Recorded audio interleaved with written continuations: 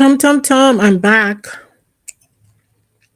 Yes, I had to go out in the yard and do yard things. And now I'm back. So here I am again. I'm going to send the join link to various and sundry people, namely friends and relatives, to see if anybody wants to look at my stream.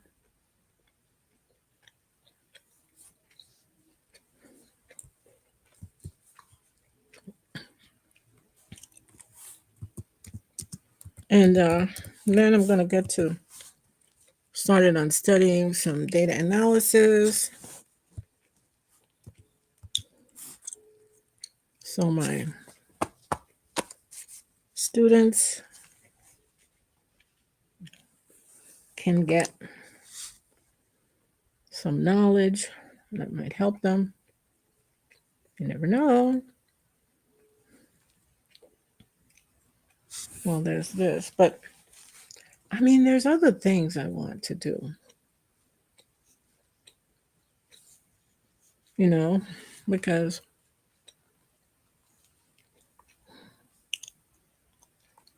like, well, I mean, I do have interest in Tableau, but I was thinking about doing some other stuff.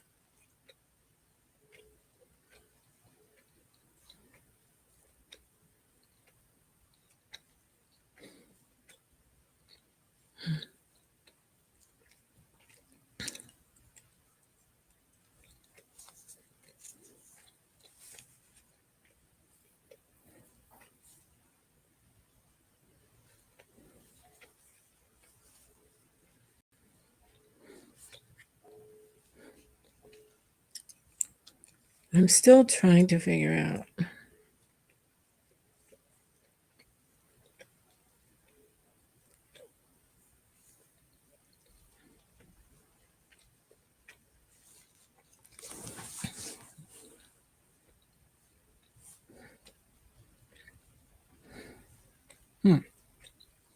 So I think I'll be a co-working space because I don't know that I can chatter all day. But at the same time, I do want to spend some time, chatting or at least talking about things. Okay, one of the things I don't understand is how would I know if people are responding to me if I'm not actually on that channel? If I'm just on Restream, how will I know?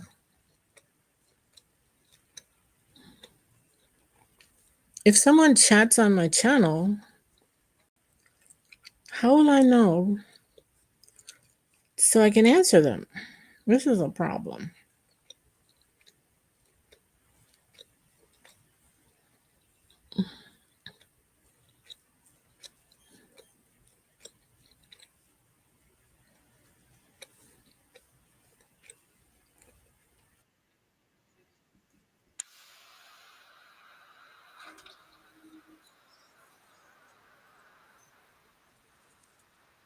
Like, for instance,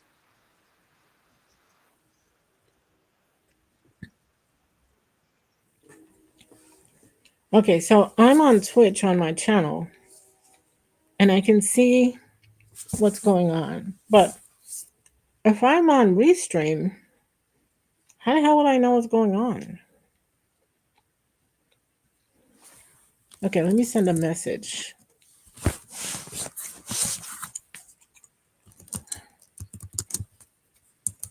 These flies are pissing me off. It's wintertime already. Why are they still around?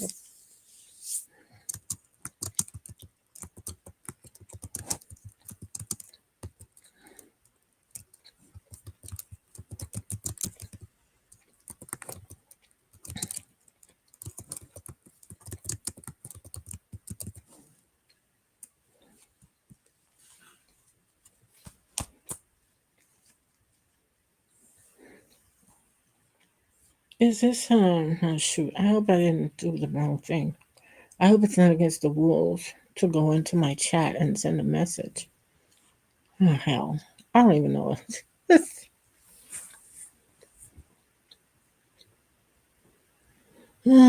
Well, I don't know. We'll see.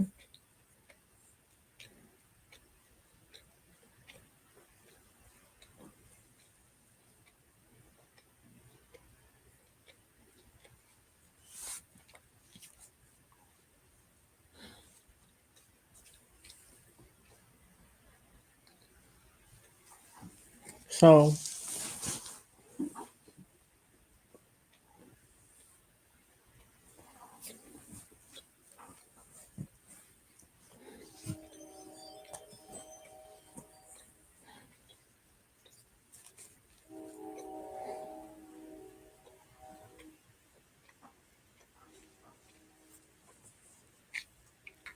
now what do I do when I want to listen to something on YouTube? But I'm not quite sure if YouTube allows me to broadcast it on the stream. I mean, I could go to the stream.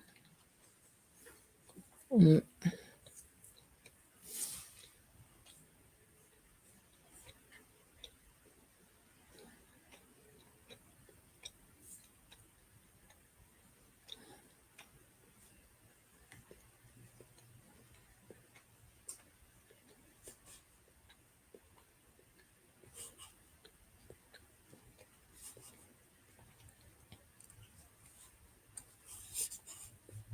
It is impossible to figure out why sometimes you get a window and sometimes you don't.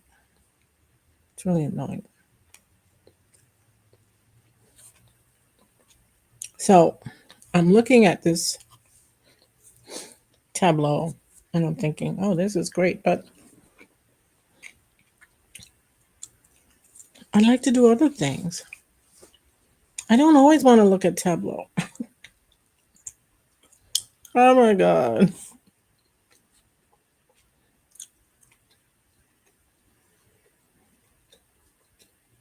Okay, I stopped sharing tableau. I'm back to sharing just a picture. Well, I tell you what I could do.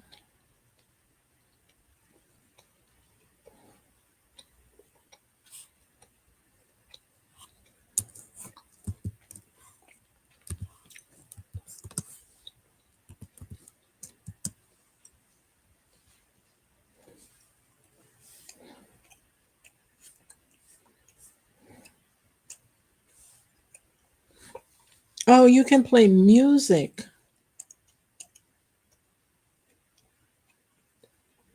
I didn't think about that. You can play music. You can post fun facts.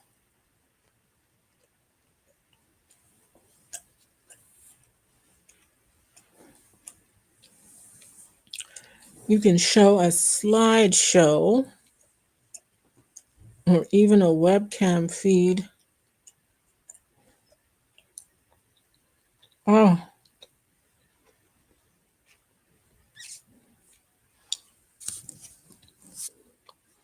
oh, I can put up a timer.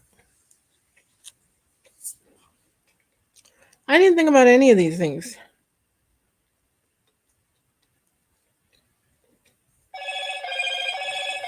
Hello, Moto.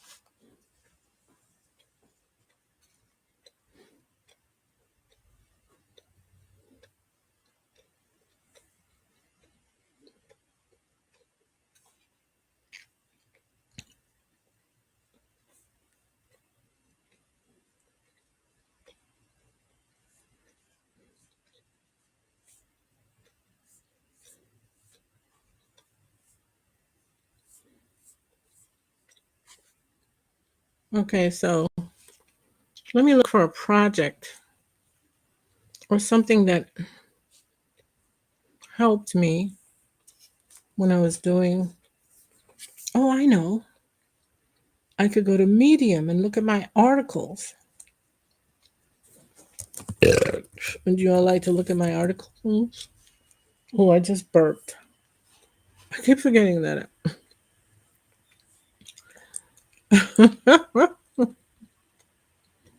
Well, okay, let's see. I could go to another. Let's look at some articles here on Medium.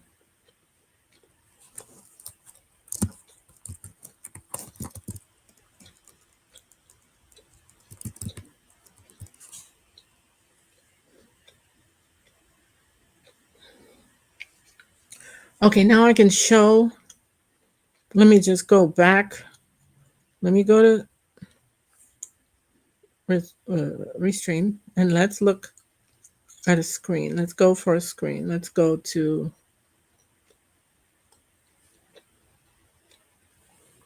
Okay, so here's some of my writing that I've been doing. And they make a little money, but not enough to live on. So these are some of my articles that I've written. And as you can see, I get little claps sometimes, not a lot of claps. Because I, as an ADHD person, tend to indulge in many, many different interests. And there's only so much you can only spread yourself so thin before you're like, uh, okay, so nothing's gonna kick off if you spend 5 minutes a week on it. Because, people want things more in depth. So this this to me, whether this Twitch, whether it's just chatting or possibly, now let's see, let me share this screen. I thought I was sharing a screen.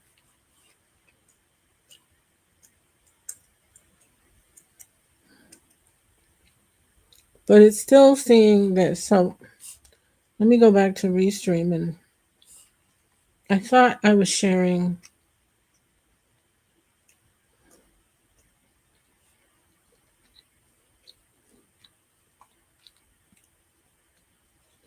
Okay. But then when I go to Twitch, okay, I'm sharing my Medium. This is my Medium column, my Medium blog that I write for my Medium blog. I've been able to make some small amounts of money with these little articles, but it's not enough to say get rich or totally support myself. But it's a lot of fun. But yeah, if I were to really really stick to it, I probably could make about $500 to $1,500 a month. I think. I mean, there's this guy on here. He has 42,000 followers, and for a while there, he said Medium was paying him a lot. But then they stopped paying as much as they were, and now with 42,000 followers, he makes about about 1,000 to $1,500 a month, which I feel like you have to really really work hard for that. Now, because he's an experienced journalist, he kind of knows how to write a lot faster than the most of us, And also, you have to put images in your stuff, so you have to go here.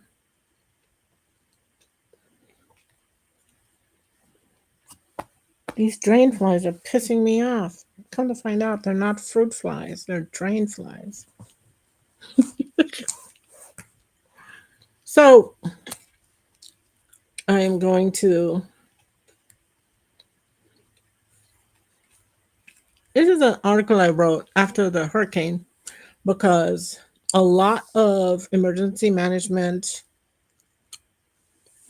drones were needed to fly over hurricane areas and tornado areas.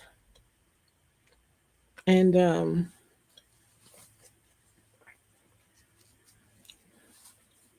now I learned a lot about this.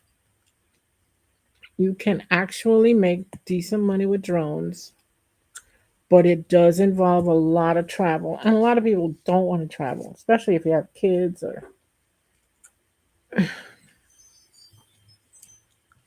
but they will put you up. They will pay your way. Most of these places that hire. You can do real estate, you can do weddings,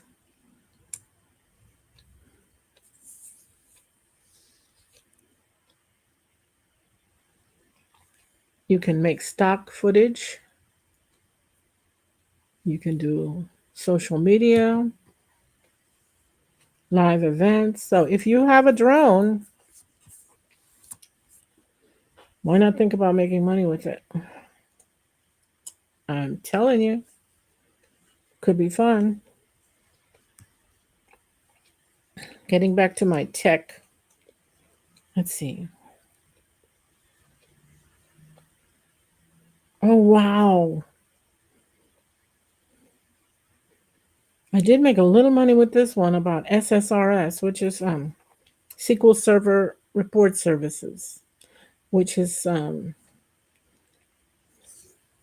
a very good part of being a data analyst is learning SQL, and this Microsoft usage of SQL is pretty important. So I made this little Canva thing here, and I wrote this little article. It was so cool. Where's my little? Here it is. And I said, Sharon's infographic and writing services. Of course, if anybody tried to contact me, I wouldn't know because I haven't checked that email in a long time. See, this is a problem. I mean, how can you, if you're going to make money doing something, you have to constantly check the email. So, but this was an article. This I made with Canva, this particular infographic. It's really pretty. I had this as a website for a while, but I gave that up because, ADHD. So I would say that I'm excited to do this Twitch thing because one thing about Twitch, or actually streaming, it's not just Twitch, it's anything. Streaming on YouTube, there are 30 channels on which you can stream live. Now, I don't know how many I'll be able to get into, but this. Now, the thing is, though, but it's when I start getting people to actually come to my stream, how am I going to get, how am I going to, look at these people that I follow? Some of them have 22 people or 17 people, but I'm just starting out. So, yeah, I'm not going to have anybody just yet, but, um,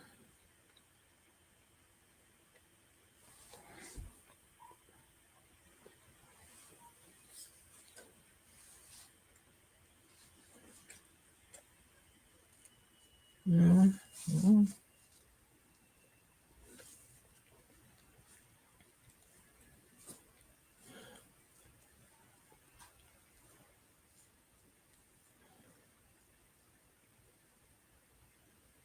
Okay, so one of the things I want to do is I want to be able to read you things using my 11 labs or play you things that I own that would inform you, if you're doing the kind of work that, you know, you could use a little stimulation in the background. Oh, wait a minute. I just realized something. Medium.com has something called Read It to Me. Yeah. Let's see. Let's see what this is like. SSRS, is it still good for getting a job?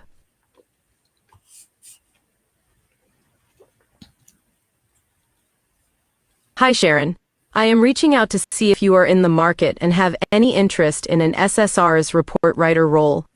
Sending your resume to a recruiter and vowing to be happy whatever happens. Recently I got the above message in LinkedIn. Before I had tasted the bitter taste of constant rejection. Those words would fill me with so much hope. Maybe I finally was going to get a big tech job in the private sector. It never happened. Ultimately, I went to work in government and had some of the best experiences of my lifetime. So, I don't want anyone to think it's not worth it getting a degree in IT, if that's what you really want. It is worth doing a history minor if you just love it too. But just know that for women and people of color, it can still be tough. And you must look for the little cracks where you can ease your way in. Don't go to the big, huge, most popular cities, but look for secondary cities where your talents can shine above and beyond the rest. Everybody's gonna head for LA, Frisco, and New York and try to push in. But you head for Columbus, Cleveland, Baltimore, and other smaller cities. So SSRs, is it relevant? According to Chadita, she says yes. SQL Server Reporting Services, SSRs, is still used in many organizations for generating, managing, and delivering reports based on SQL Server data. However, it has faced competition from more modern, interactive tools like Power BI, Tableau, and Looker. I can see why. I can do more in a few minutes with Tableau than all. Okay, that's Power BI.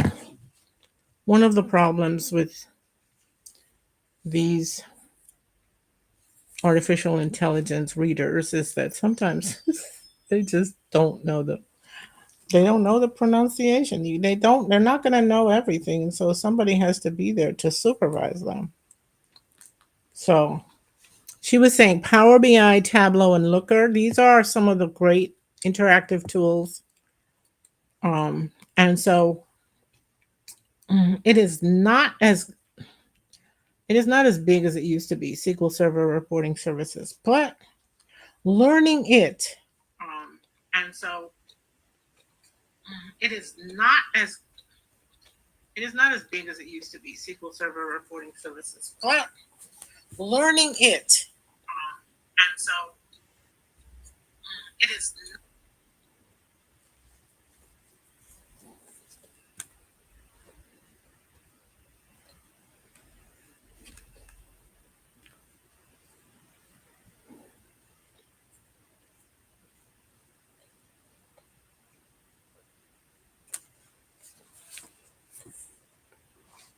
Okay, so let's keep on reading.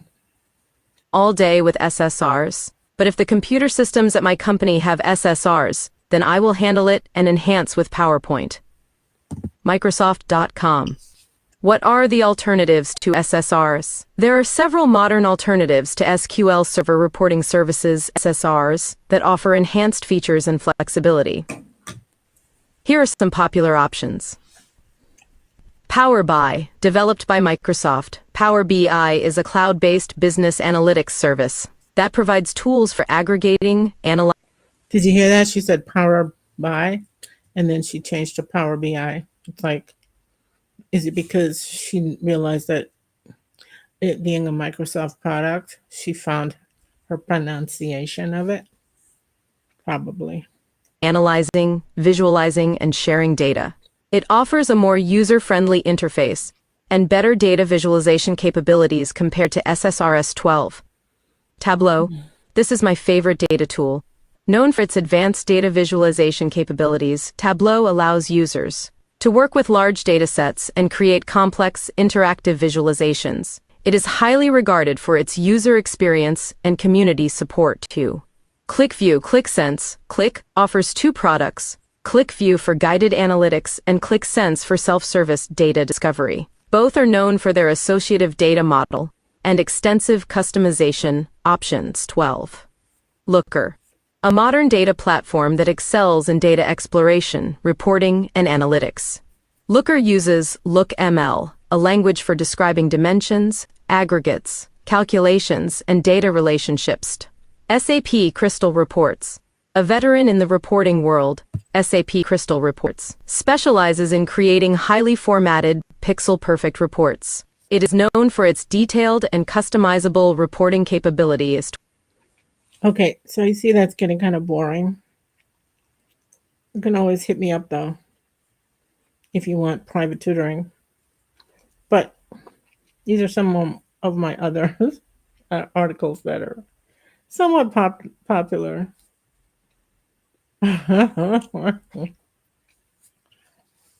Anyway, that's the thing though. I am still trying to figure out, do I want a chatting streamer? Do I want to be a chatting streamer or a co-working streamer? Hell if I know. I mean, you could be on here all day, I guess, if you're just co-working, but you know, I'm not quite sure how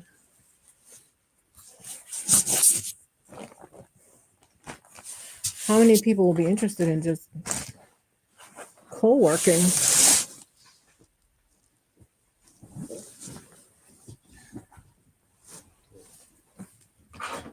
Well,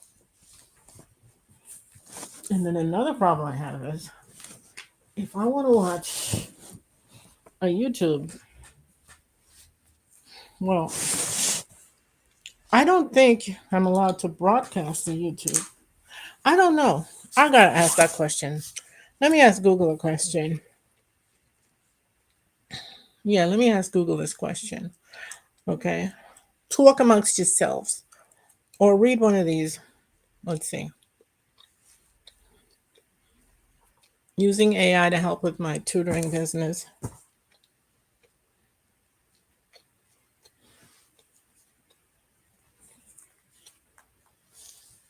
Okay, so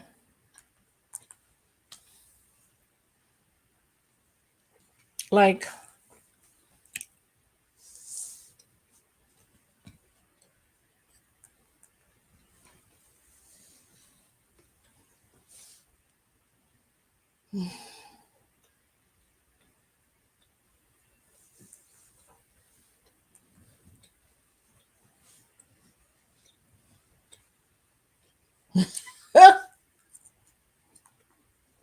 okay.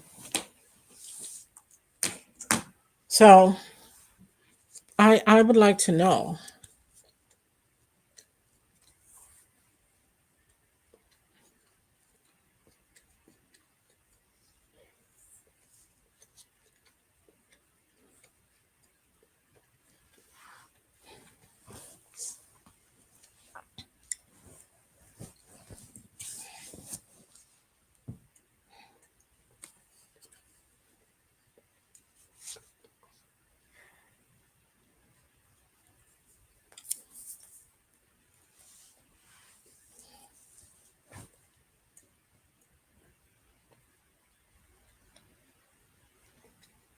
So one thing I'm gonna have to do if I want to watch or look at anything whilst I am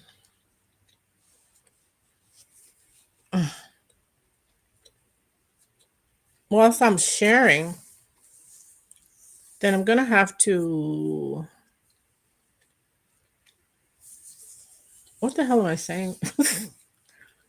If I'm watching a movie, like right now, I'm watching Fiddler on the Roof, which it's at a particularly silly part in the middle where he's dreaming. So I can't turn on the sound because you guys are, I think, as far as I know, You're not allowed to broadcast the sound of a movie that you didn't make onto your stream. Otherwise, everybody would do it. I'm pretty sure. I don't even know if I can possibly mute what I'm sharing. Like, for instance, suppose I mute, right? And then I share. Yeah, but then who wants to listen? Who wants to look at something where there's no sound coming through? I don't think that would be a good service for my viewers. I would need to have some kind of music so that people can, yeah. If I don't want to be talking the whole time, I'm going to need either music, I'm going to need other people to be talking. Yeah.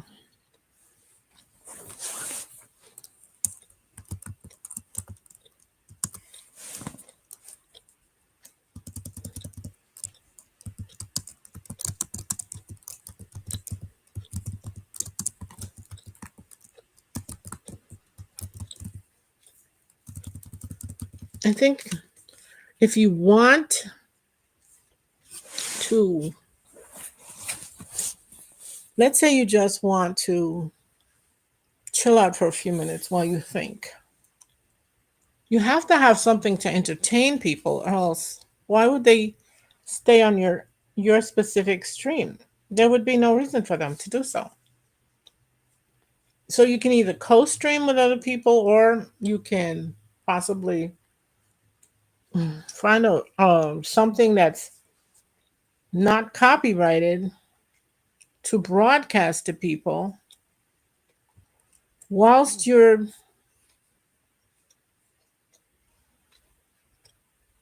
Oh, I see. They have chatbots. You can actually play royalty-free music, or so you can. Oh, you mute your mic and then you play royalty-free music. I see. I see. I see. You can show a slideshow. You can loop some gameplay footage. Oh, you can. Oh, okay.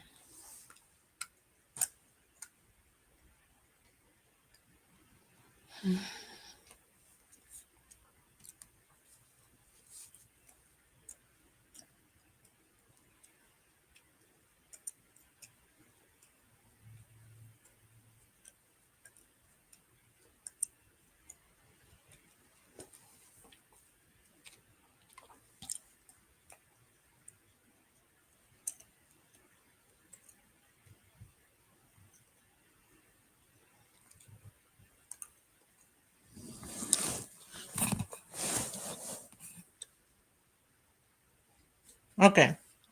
Okay. So I just went to AI to learn exactly what I should be doing to make sure that my viewers stay engaged. Okay, so you can play royalty-free music. You can show fan art. Okay, so you don't always have to be doing, like incredibly important things, right? Okay, I gotcha. I gotcha. I gotcha. So let's go back. Let me go back here. I'm showing you some of my articles. And where are they?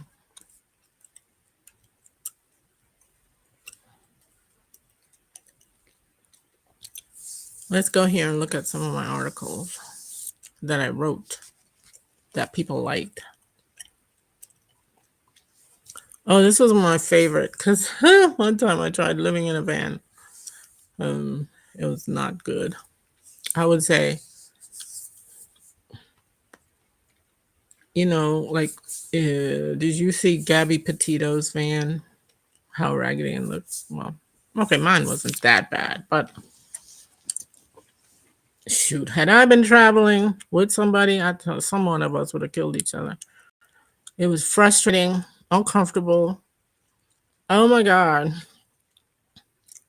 I am so glad that I was not in a desperate situation where I had to stay in the van. I have friends, I have family, I have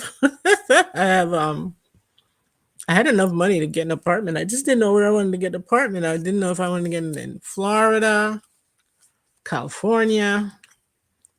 Shoot.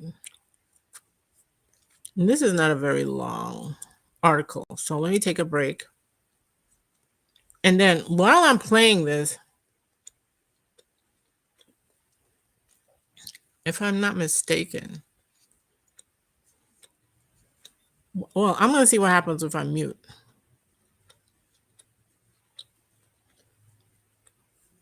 How to save for that home down payment, or 7 tips for beginners on life in a van. So, for the past few years, the concept of van life has become very popular as an alternative lifestyle.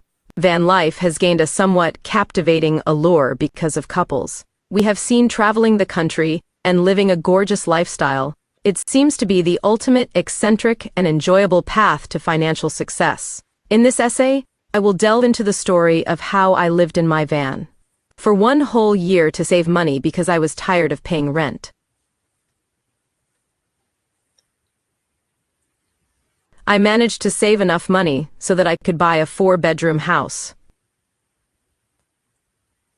This journey towards owning my own home took me on unexpected challenges, ingenious parking solutions, a few mouth-watering meals, and a touch of nomadic brilliance. Join me as I tell you some of the secrets of van life survival and offer here 7 great tips for beginners who are embarking on their own exciting van life odyssey. 1. Be frugal. Don't do what I did and waste your money on all kinds of camping supplies before you even get into the van. I could have saved good $1,000 by not buying tons and tons of camping supplies, including tents, butane, stoves, steel utensils and food storage, and all kinds of things from REI, the glamorous camping store for yuppies. First, get into your vehicle with adequate bedding and go park for a night at the truck stop. During that time, list all the things you think you'll need, including fans and non-perishable food, etc. Then go to the dollar store and find a crap load of supplies before going to Walmart to get the rest. 2. Keep your job. Balancing the demands of living van life with the need to have some money, I embraced part-time work. If you already have a job, don't quit just yet. You want to have a chance to get used to it before making the final decision besides whatever you would have put into rent. You're going to be saving for your next big goal, whether it's to buy a bigger vehicle or to buy a house. Houses do appreciate, so that's a consideration. 3. Temperature control is hard. Be prepared to endure extreme temperatures by having ice and fans to keep you cool. During the summer, what with the scorching high temperatures that we have been having for the last few summers, keep yourself cool by scheduling your work during the daytime or evening shift and spending time at the library or in stores the rest of the time before going to bed at night. And during the colder months, I spent my time underneath my giant comforter, which was covered with most of my clothes.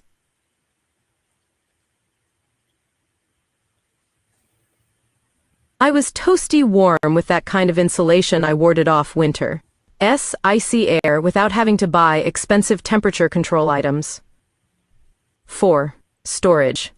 Even though I embraced minimalism, I still managed to have more things than I needed, and I paid substantial cost in a storage space. I soon learned that if I did not get rid of things, I would end up paying for storage almost half what I paid for rent. So, out went the larger pieces of furniture from my apartment. After all, I was saving enough to buy a house, and that was definitely more important to me than hanging on to old furniture. 5. Cook your own food. Gastronomic wizardry and the Cooler Chronicles, unlocking the secrets of culinary enchantment, became the cornerstone of my van life odyssey. Armed with a camping portable stove, stainless steel cooking utensils, and a large cooler, I devised tantalizing and frugally conscious meals. Through the arcane arts of meal planning, list making, and the art of leftovers. I transformed mundane ingredients into savory masterpieces. It was fun. 6. The East, but you don't. Okay, I gotta say, I'm getting bored now. You know, I have ADHD, so. Money management and budgeting, maintaining a detailed budget and tracking all my expenses became my guiding light during van life. Okay, I gotta stop. I recorded every transaction and Stop talking. Okay, so anyway, those are some of my articles. You can check them out on medium.com.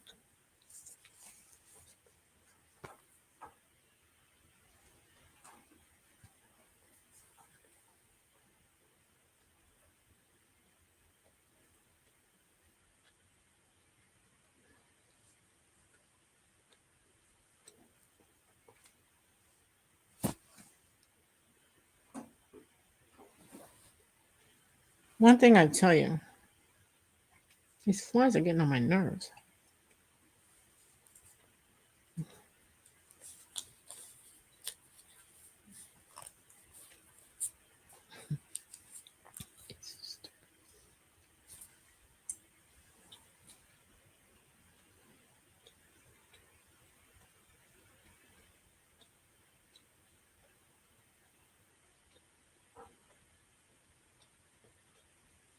Okay, so here we go. So this is one way I could entertain you guys. Let me see.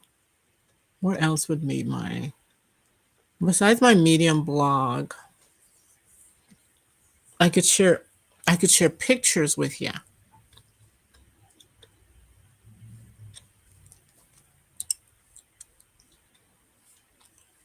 So basically, I like the idea of reading these, but I want to do other things because, you know, when you have ADHD, you need a lot of different projects to keep yourself amused because that's just life. Now, I have a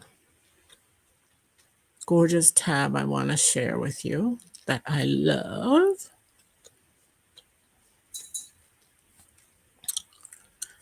And I'm going to take a little break. I need to have something that says be right back. Be right back.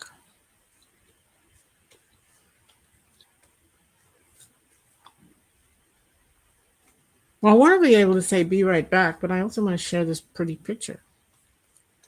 So I wonder, is it? Oh, that's another thing I have yet to figure out.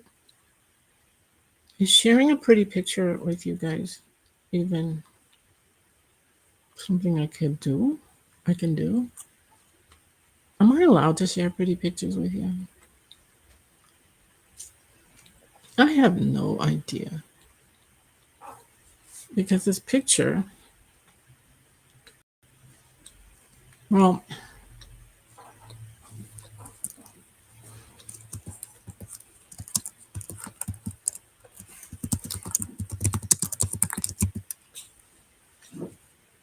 I mean, the picture is,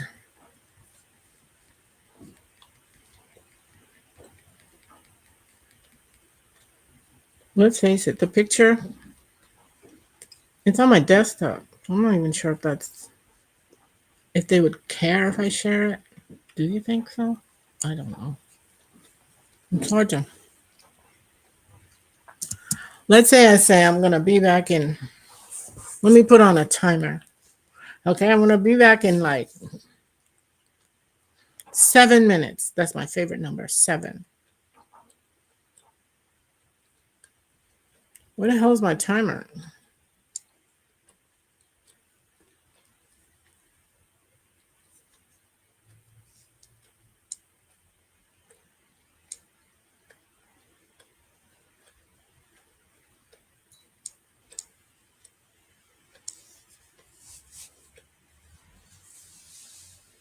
Okay, I'm coming back in 7 minutes. So you guys talk amongst yourselves. And I gotta find music to play on this. I'm supposed to go and get a snack, but I have to mute my. I have to mute my microphone, or else people will be able to hear what I'm doing. You don't want to be hearing things like the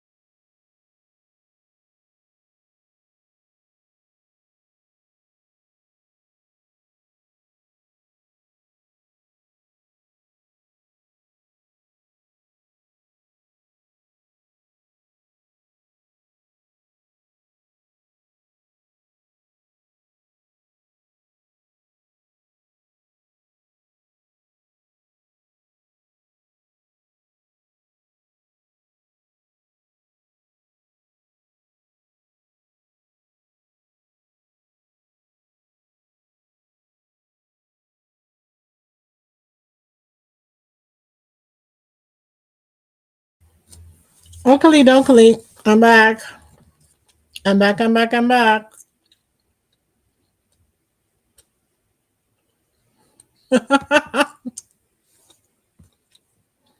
Okay, so here we go. Here we go. Here we go. I am grateful to have this opportunity to spend time with you guys as you study, try to get ahead, share information,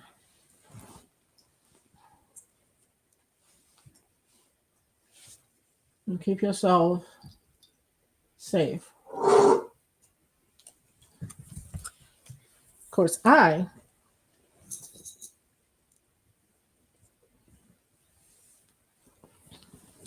what I want to do next is I gotta charge my computer, and then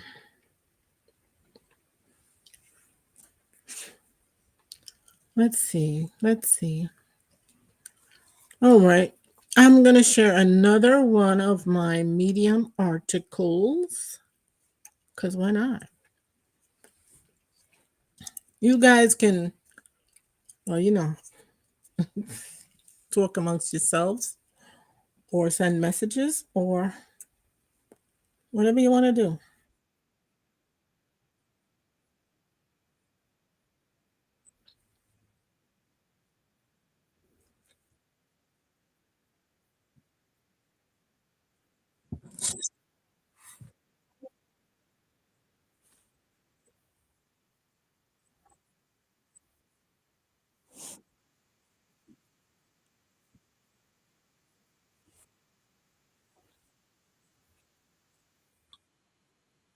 Yeah, one of the things I really don't like is how, well, it's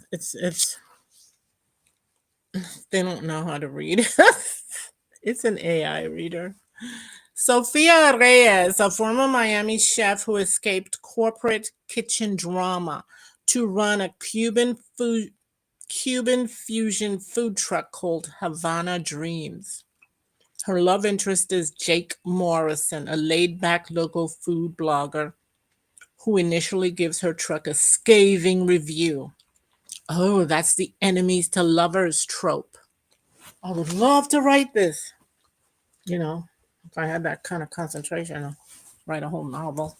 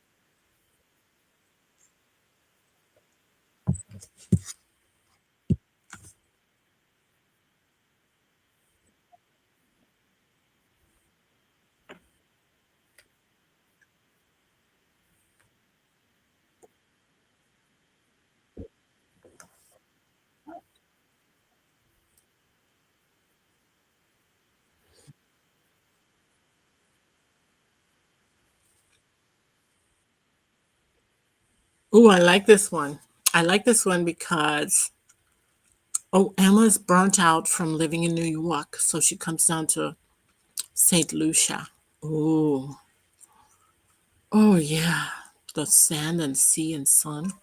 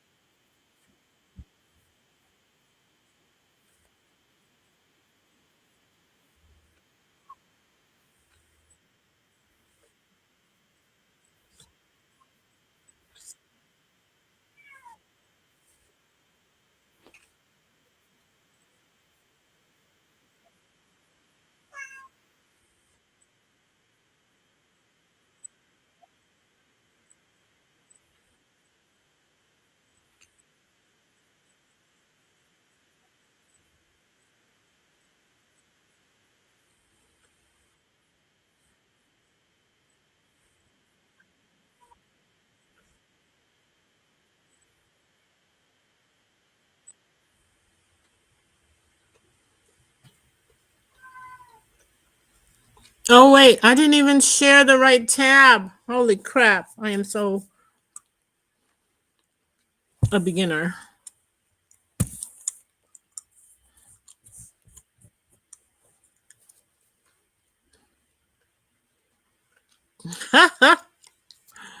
Oh my gosh, I didn't share the right tab.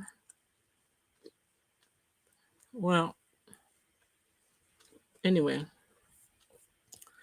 what I was doing was reading you some cozy mystery romances I would like to write.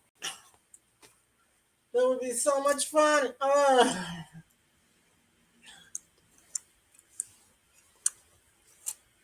Okay, so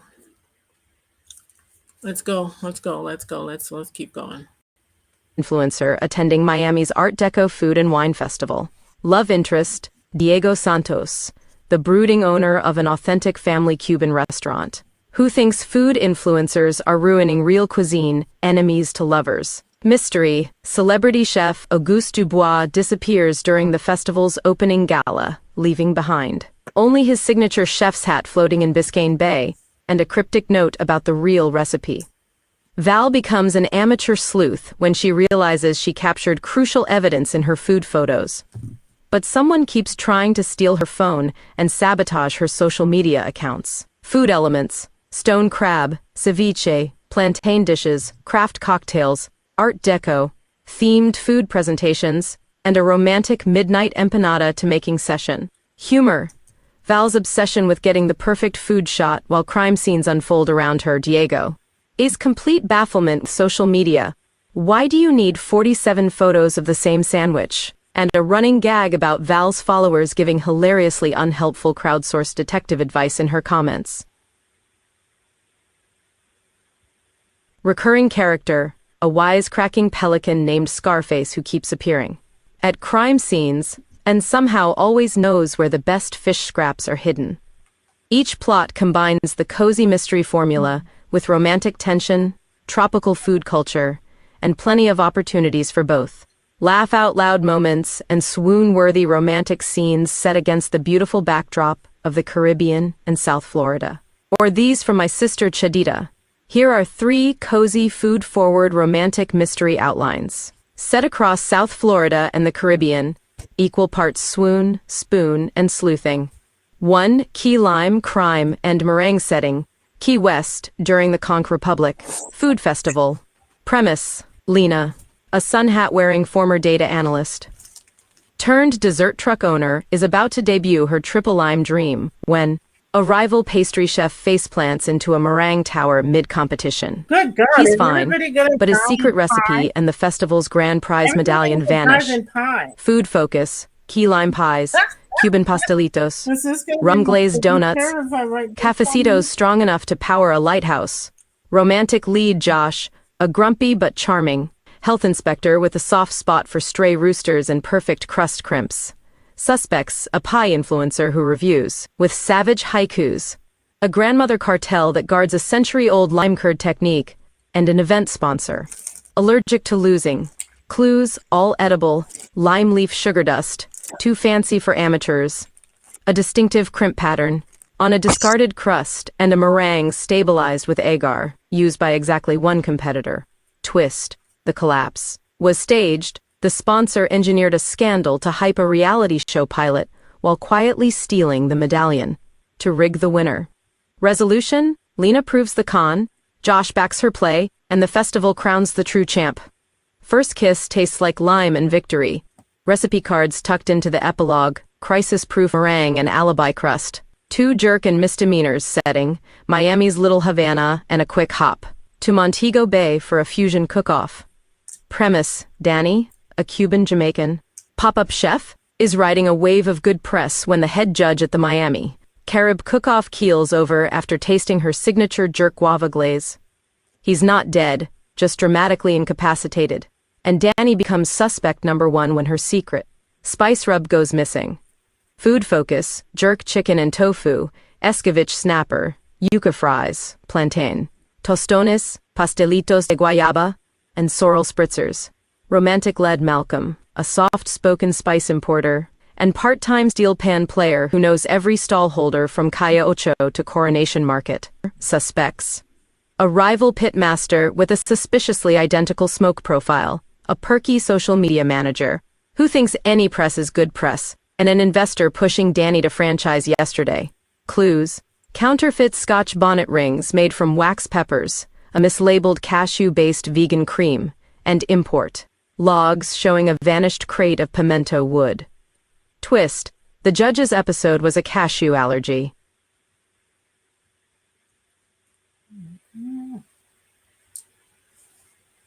Exploited by the social media manager to engineer viral chaos and sell a tell.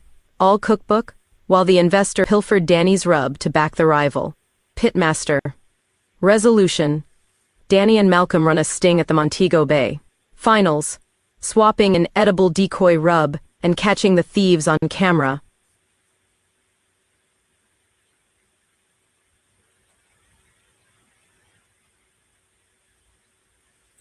They celebrate with jerk cauliflower and a sunset dance.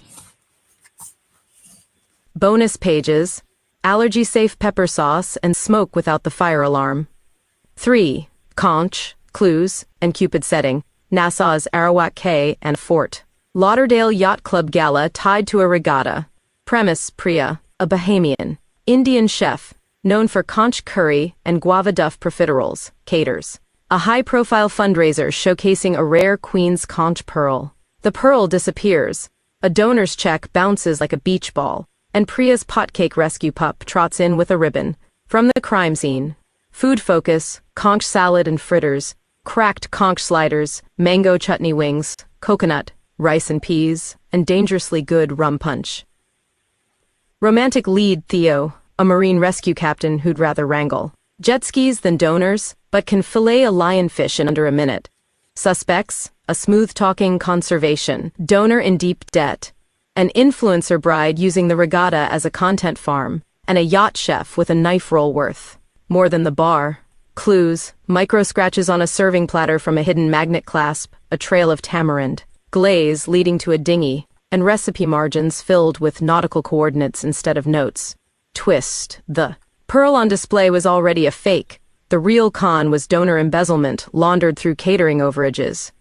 The yacht chef, blackmailed into swapping pearls, left the coordinate code in Priya's recipe book to tip someone off without getting keel-hauled. Resolution: Priya and Theo stage a taste-off aboard the donor's yacht to stall while the Coast Guard follows the coordinates to the real pearl. Confessions, cuffing, and a gentle, sea-salty kiss. Extras: storm-proof conch fritters and guava duff profiteroles with not-so-secret custard. Each story keeps the danger low, the banter bright, and the menu irresistible, because in this corner of the world, the quickest route to the truth and to love is through the kitchen. How about some from a couple of Senegalese twins I know? 3 plot outlines that blend humorous cozy mystery, food-centric romance, and the tropical settings of South Florida and the Caribbean. 1. Title: The Key Lime Crime. Logline: a scrappy Key West baker and her polished, irritatingly handsome rival must team up to solve the theft of a legendary recipe when a high-stakes dessert competition is sabotaged, threatening to ruin them both. The protagonist, Lila, a free-spirited baker who inherited her grandmother's beloved but financially struggling pie shop, the Salty Slice, in Key West. She's creative and chaotic, relying on intuition, tropical fruits, and a little too much rum in her recipes. Her shop's claim to fame is its authentic key lime pie. The love interest, Julian, a classically trained and infuriatingly precise pastry chef from a Michelin-nodded restaurant in South Beach. He sees baking as a science, not an art. He is in Key West to be the star judge and competitor in the King of Confections Festival. The food, the story is drenched in the world of tropical desserts, mango cheesecakes, guava duff, coconut rum cakes, and of course, the fiercely contested key lime pie. The air is thick with the scent of toasted meringue, citrus zest, and simmering suspicion. Setup: the annual King of Confections Festival is the biggest tourist event of the season. To save her shop, Lila needs the grand prize money. To cement his reputation, Julian needs to prove his technical superiority. They are instant rivals, trading witty barbs over browned butter and sugar. Consistency. The crime, the night before the final round, the festival. Centerpiece is stolen. The original handwritten key lime pie recipe. From the island's matriarch, said to contain a secret ingredient. Then, sabotage strikes. Julian's imported Belgian chocolate is replaced with baking soda, and Lila's prized vanilla beans vanish. With both of them as top suspects, they are forced into an uneasy alliance. All right. I'll see a lot of food themes in here. This is kind of cool. Okay, now I'm gonna go ahead and end this because I don't know what the hell is going on. I want to know. So I'm going to end the stream, and I've learned a little bit more about what to do, and I need to take a break to get a snack. And, I got to have my snacks. Good Lord. I'm watching the Cameron and the one rich guy. The rich, spoiled guy. He's so concerned about the color of its excrement. Oh my God. And he and his attendant discuss it. He is such a hypochondriac. The Cameron, so far, I watched 1.5 episodes. It's pretty funny. I can see why they only have 6 episodes because it's kind of expensive. So,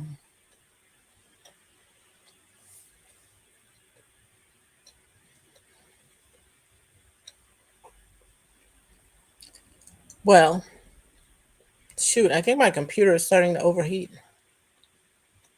They don't tell you what to do when that happens. It's time to cool things down by turning off the stream. Of course, apparently, if your stream, apparently, how do I understand this properly?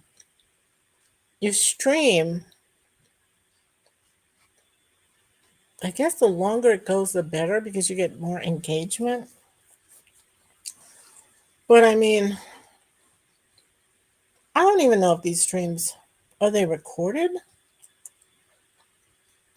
And what happens? I mean, you can only chat so much. I guess people who chat, they probably have like friends and family drop in to chat.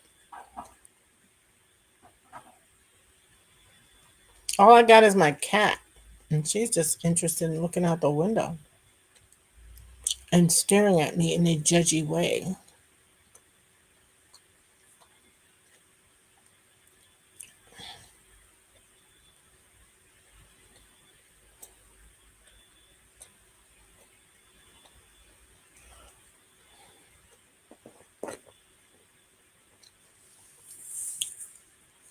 I mean, I could stay on and read the rest. Now, is it possible to stay on, read the rest, and get things done? I think so. I could keep reading. Find the real culprit. The romance. Their investigation forces them to bake together in Lila's tiny, colorful kitchen. He is initially horrified by her methods. You don't measure the zest? While she is exasperated by his rigidity. But as they experiment with flavors to recreate the lost recipe, they discover a surprising chemistry that's sweeter than any confection. The climax, they unmask the thief, a bitter, disgraced former winner, during a live-streamed baking demonstration. Boy, they're really using bad. a cleverly hidden clue in a batch of fresh coconut macaroons. They don't win the competition, but their combined Lila-Julian pie becomes the talk of the town, saving her shop and launching their new partnership in business and love.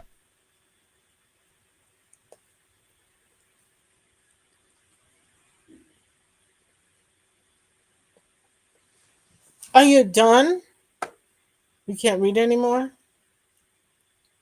I see. You've lost your voice. Well, that's okay.